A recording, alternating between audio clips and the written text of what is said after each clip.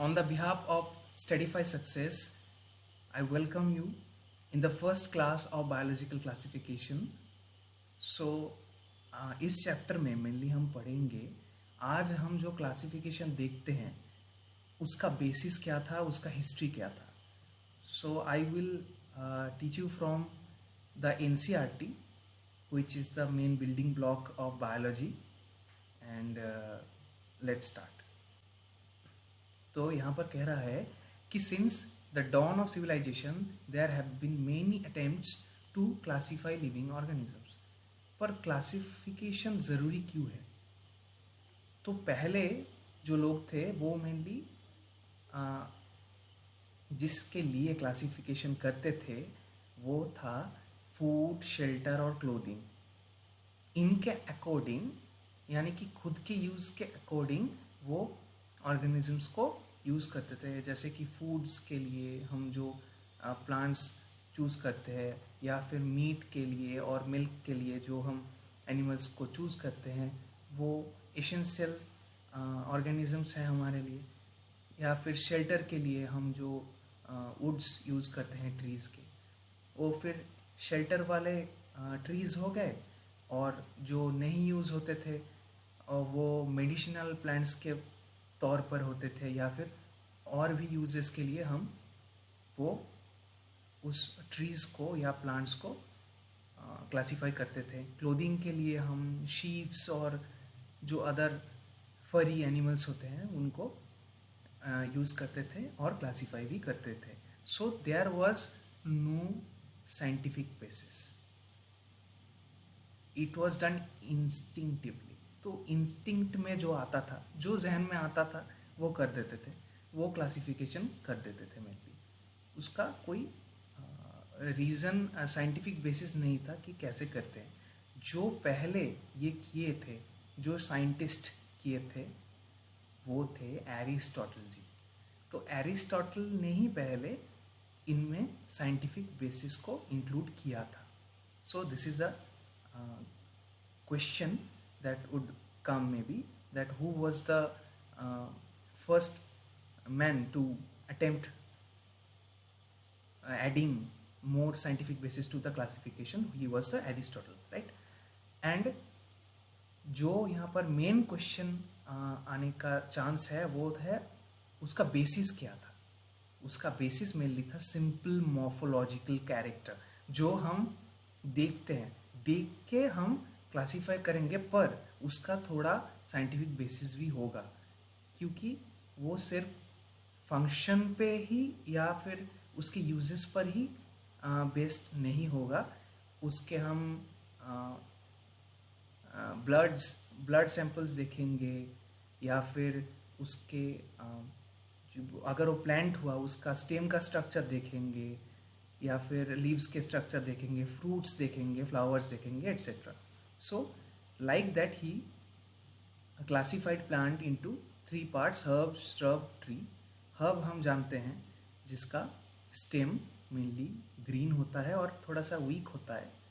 जो हम क्लाइंबर्स देखते हैं, यानी कि पी प्लांट या फिर क्यूकम्बर प्लांट, या हम अगर हर्ब बोले तो जहन में आता है ऑरिगेनो, रोजमेरी, ये सब.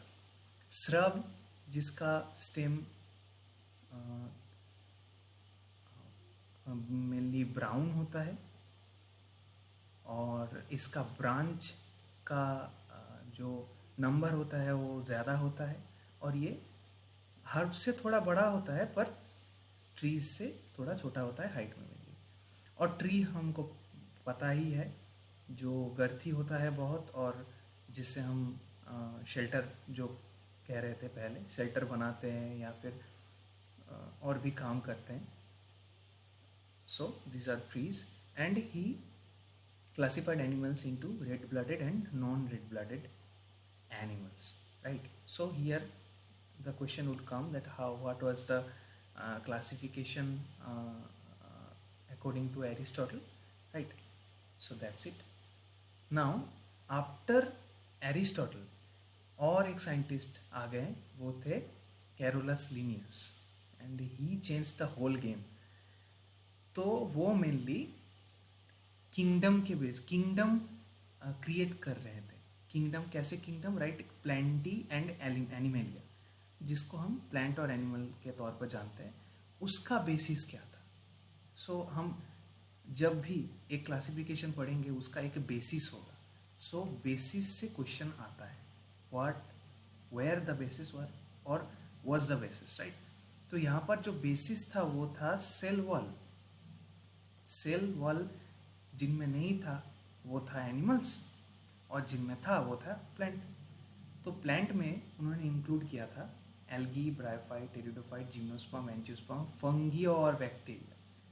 हम आज जो क्लासिफिकेशन पढ़ते हैं उसके मुताबिक हम जानते हैं ये फंगी, बैक्टीरिया इनमें इंक्लूड नहीं होता है, एल्गी भी नहीं होता है, पर ये तो कतई नहीं होता है। वो हम आज जानते हैं पर वो नहीं जानते थे पहले। और एनिमल्स में वर्टिब्रेट और इनवर्टिब्रेट तो होता ही है, पर प्रोटोजोआ, प्रोटोजोआ तो यूनिसेलुलर हो गया ना, ये क्यों यहाँ पर इंक्लूडेड है। तो वो जस्ट सेल वॉल के बेसिस में ये सब देख रहे थे, किसमें सेल वॉल है, किसमें सेल वॉल नहीं है। तो यहाँ पर और एक तरीके का को जो क्वेश्चन आएगा वो है error. What were the errors during the classification of Linnaeus. So यहाँ पर उन्होंने क्या किया था, एल्गी में क्लैमाइडोमोनास और स्पाइरोगायरा दोनों को ही रख दिया। हमको पता है कि क्लैमाइडोमोनास क्या है, यूनिसेलुलर, और स्पाइरोगायरा मल्टीसेलुलर। तो कैसे हम यूनिसेलुलर और मल्टीसेलुलर प्लांट्स को एक साथ रख दें, that was not possible. So it was the error 1. The error 2 was he included photosynthetic and non-photosynthetic organisms in one category, right? Like in algae is autotrophic, bryophyte is autotrophic, pterido, gymno and angiosperms are autotrophic, but fungi is a heterotrophic, and bacteria can be both autotrophic and heterotrophic both. So it was a bit confusing to include them in same category. So autotropics are mainly phototropic and heterotrophs are mainly non-phototropic or non-photosynthetic, mainly non-photosynthetic. So it was unethical to keep them in one shelter, right? So it was the error 2.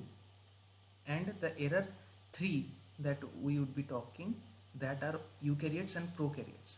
So bacteria we know is prokaryotic, but all others that were included were eukaryotic.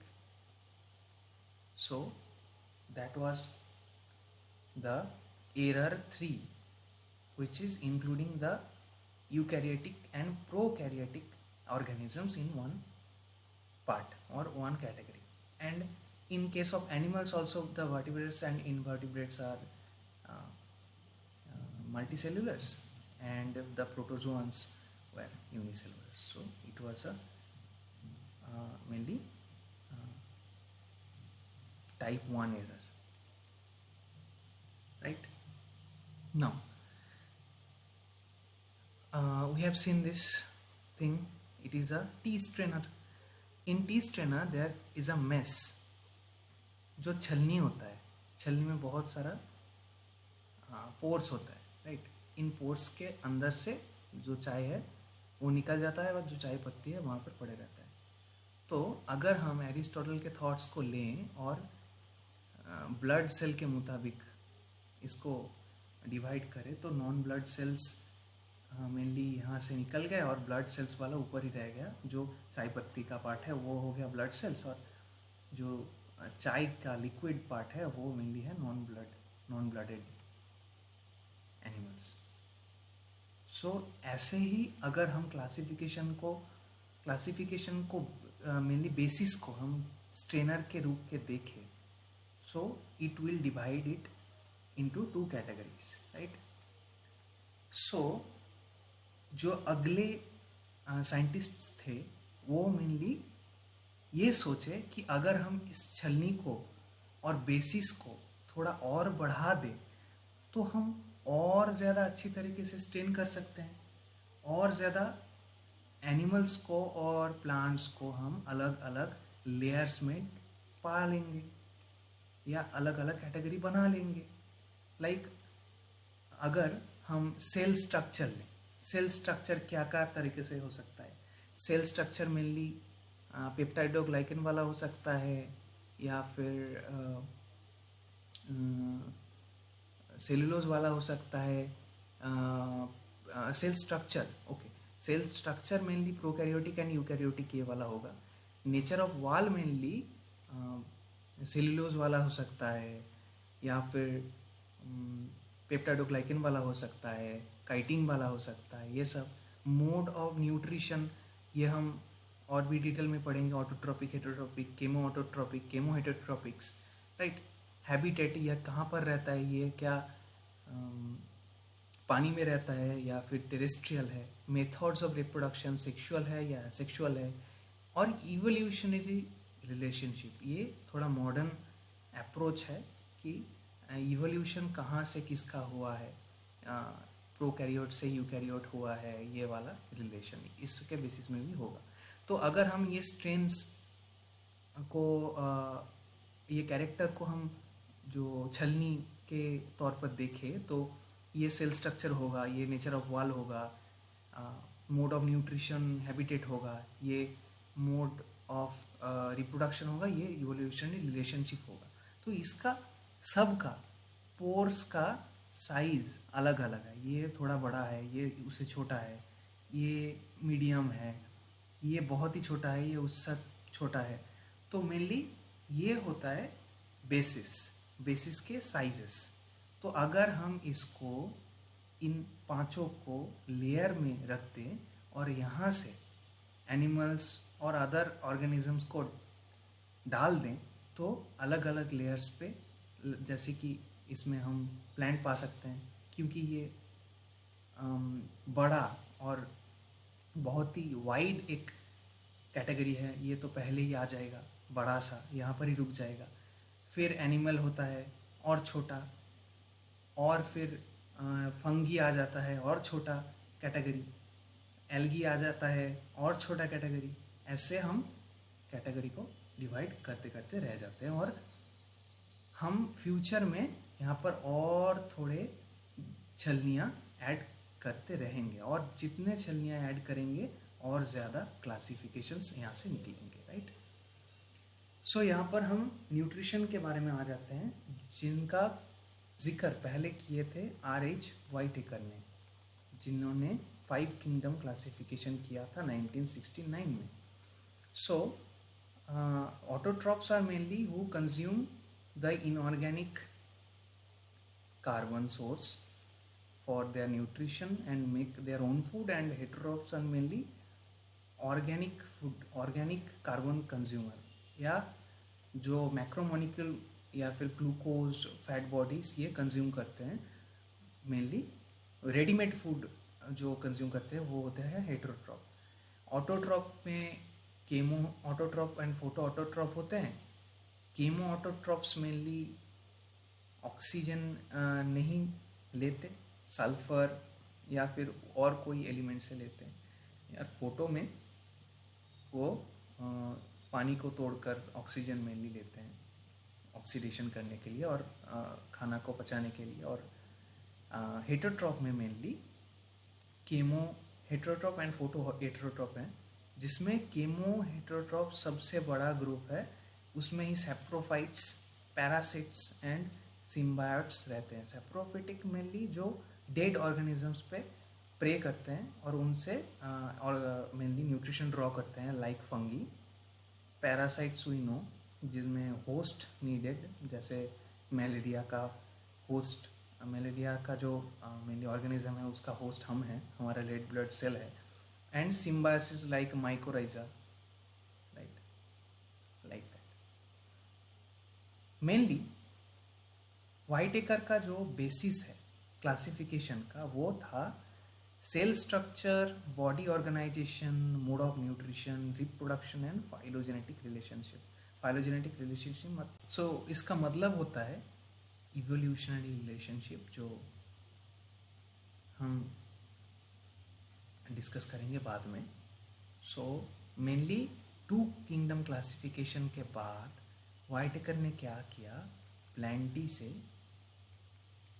Monera और fungi को अलग किया और animalia से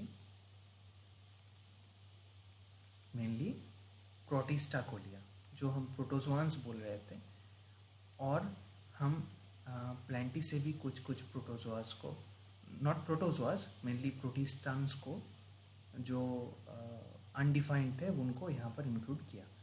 तो यहाँ पर 3 new groups create हुए, वो थे मोनेरा, फंगी एंड प्रोटिस्टा। यहाँ पर क्वेश्चन भी आ सकता है कि which groups were newly made after the 2 kingdom classification in 5 kingdom mainly, which were monera, fungi and protistas।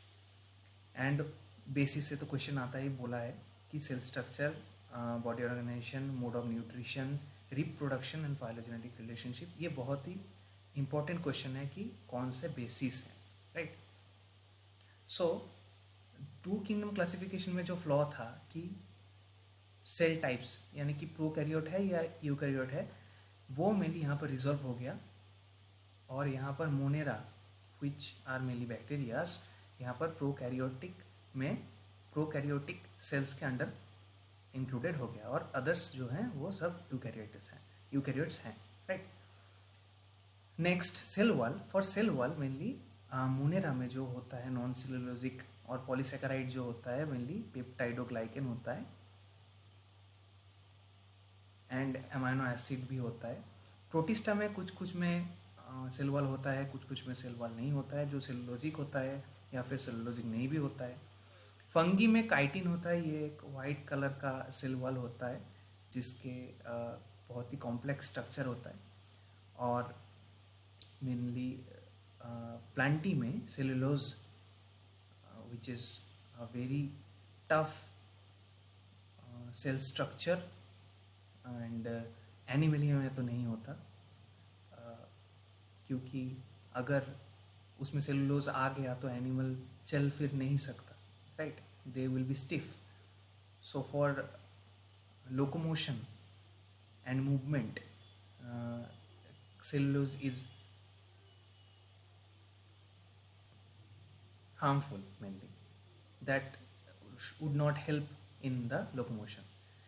For nuclear membrane, Monera have not any nuclear membrane, but others have nuclear membrane. It is mainly हम cell type से जान सकते हैं कि ये prokaryote है। Prokaryote में mainly nuclear membrane नहीं होता, क्योंकि वो बहुत ही प्राइमरी और बेसिक लेवल का सेल स्ट्रक्चर होता है। पर अगले जो क्लासिफिकेशंस हैं उसमें ये प्रेजेंट होता है।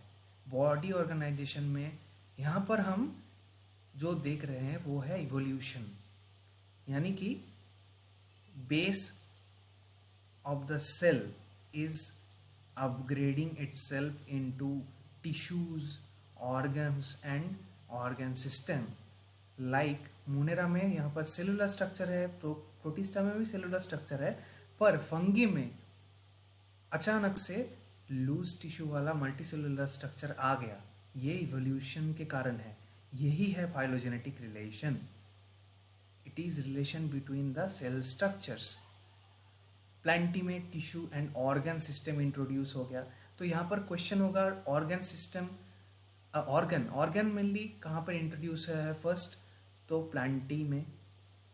और जो मल्टी सेलुलर लूज टिश्यू वाला स्ट्रक्चर कहाँ पर इंट्रोड्यूस हुआ है वो है फंगी में। और एनिमेलिया में ऑर्गन सिस्टम इंट्रोड्यूस हुआ है फर्स्ट। ये भी क्वेश्चन आ सकता है। And mode of nutrition is the most important part कि कौन से मोड ऑफ न्यूट्रिशंस हैं। यहाँ पर हम देखेंगे कि यहाँ पर मोनेरा में बहुत ही बेसिक और स्पेसिफिक कुछ मोड ऑफ न्यूट्रिशन है, पर जब हम मोनेरा से एनिमलिया की तरफ बढ़ेंगे, यहाँ पर बहुत wide range of,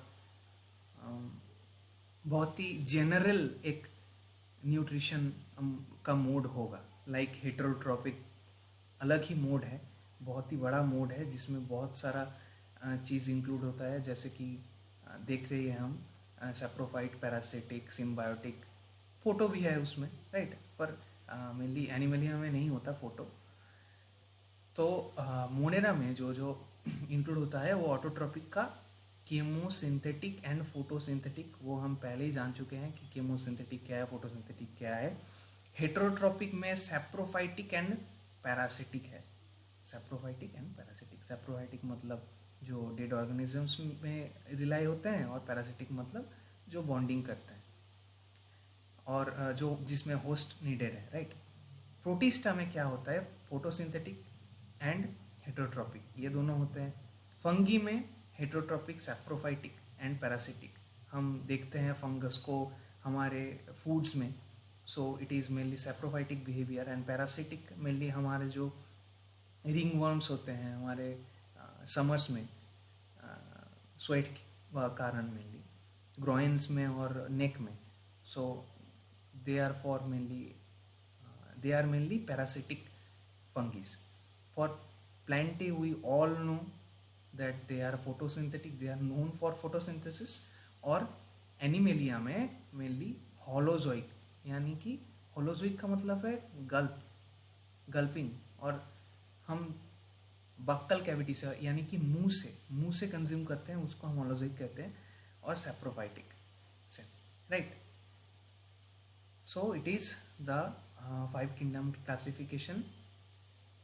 Now there was a 3-domain system that was also proposed, which divides the Monera into 2 domains. What were the 2 domains? Monera were mainly divided into 2 parts, which were eubacteria, जिसमें ही you included होगा उसका मतलब है true, they are the true bacterias, and one other is archaebacteria. Archae का मतलब होता है primitive bacterias, right.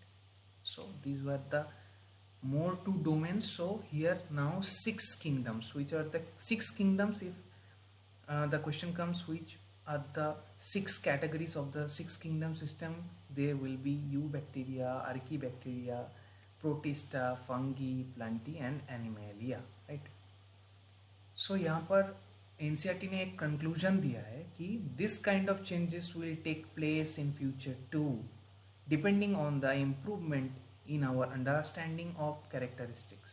इसका मतलब है अगर हम सेल के अंदर जा चुके हैं ऑलरेडी, पर उसके भी अंदर अगर हम जाके उनको डिफरेंशिएट करेंगे, यानी कि ये भी हो सकता है फ्यूचर में कि इलेक्ट्रॉन और प्रोटॉन्स के डेंसिटी के बेसिस में हम ये क्लासिफिकेशन करें, ये भी हो सकता है। या फिर जो सेलुलर स्ट्रक्चर है उसके जो अल्ट्रा स्ट्रक्चर्स हैं जो इलेक्ट्रॉन माइक्रोस्कोप पे अंदर दिखेंगे, उसका बेसिस में अगर कोई क्लासिफिकेशन होगा, हो सकता है अभी भी काम चल रहा है उसके बेसिस पर, ठीक है। और इवोल्यूशनरी रिलेशनशिप के बेसिस पर जो हमारे यहाँ पर इम्पोर्टेंट मुद्दा है कि how the world and the whole organism system has made and the diversity which are being proposed to us. So ये मेनली हमको सिखाएगा कि how the classification is going to be in the future. Over time, an attempt has been made to evolve a classification system which reflects not only the morphological, physiological and reproductive similarities but also phylogenetic, which is based on evolutionary relationship। तो यहाँ पर evolution बहुत ही एक important topic होने वाला है हमारे future में, और हम अगर ये जान लें कि evolution के बेसिस में कैसे क्लासीफाई किया गया था या फिर क्लासीफाई होगा या फिर ये डाइवर्सिफिकेशन कैसे हुआ है, तो हम हमारे क्रिएशन के जो सीक्रेट्स हैं वो भी जान लेंगे, which is very much precious to us. So that's it for the first class. Hope you understood well.